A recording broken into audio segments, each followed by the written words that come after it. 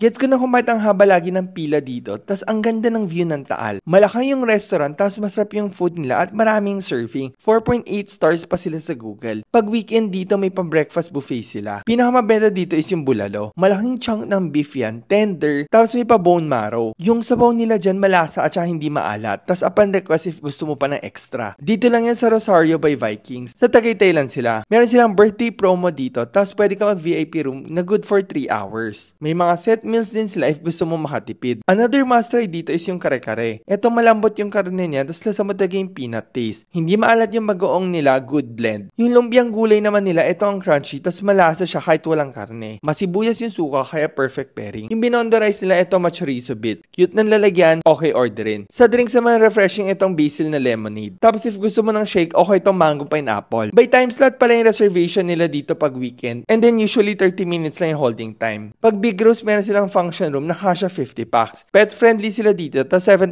yung service charge.